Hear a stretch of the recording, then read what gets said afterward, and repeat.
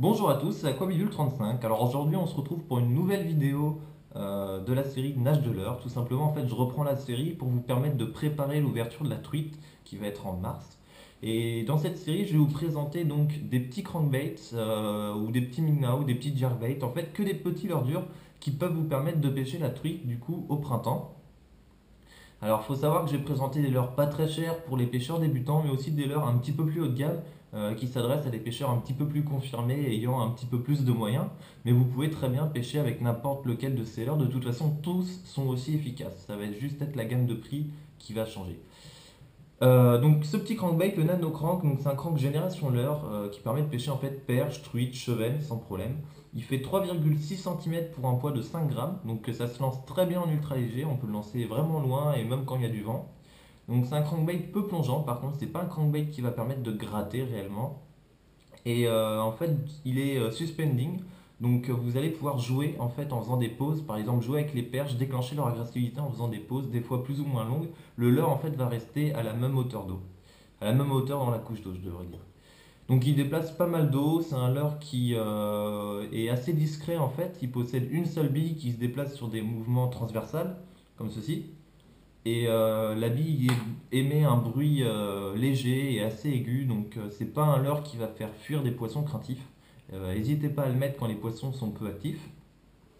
Au niveau des coloris, alors donc là j'ai deux coloris en fait transparents, mais il faut savoir il existe en fait sous des coloris mat. Si je me trompe pas, il y a un noir mat, il y a un blanc mat, il y a aussi un blanc avec quelques artifices entre guillemets si je peux dire ça dessus. Et sinon, vous avez en fait des coloris transparents comme ceci. Alors moi, j'aime bien les coloris transparents parce que généralement, ça rend le coloris assez naturel, il s'adapte à la luminosité. Et on peut très bien pêcher en fait avec un seul leurre toute la journée. Et en fonction des nuages et du soleil, le leurre va avoir une apparence différente dans l'eau. Au niveau de l'armement, donc il est armé de triples relativement solides, il n'y a aucun problème. Moi, ce que j'aime bien sur ce petit crank, en fait, c'est la présence d'anneaux brisés qui sont très résistants, ce qui permet en fait d'envisager de pêcher des gros chevennes. Souvent, les chevennes, ils vous explosent les anneaux brisés et puis les hameçons s'ouvrent, etc. Et donc avec celui-là, vous n'aurez pas de problème pour remonter, par exemple, un chevenne de 50.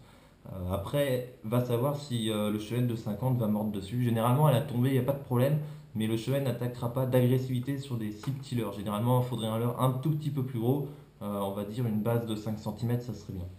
Pour la truite, moi je vous conseille en fait de l'animer avec des jerks et des pauses, c'est-à-dire des tirées assez amples, assez souples, assez longues, mais en même temps de marquer des pauses de manière à, on va dire, à pas distancer la truite, parce qu'en début de saison, des fois elles sortent pas non plus comme des balles des souches pour revenir s'emparer du leurre. Des fois elles sont un petit peu craintives et donc il faut ralentir un petit peu l'animation. De toute façon, je vous conseille en fait d'animer votre vitesse de récupération à l'agressivité du poisson. Ça, c'est à vous d'en juger au bord de l'eau. Voilà, je pense que j'ai fait le tour pour ce petit crank. Il n'y a pas grand chose de plus à dire.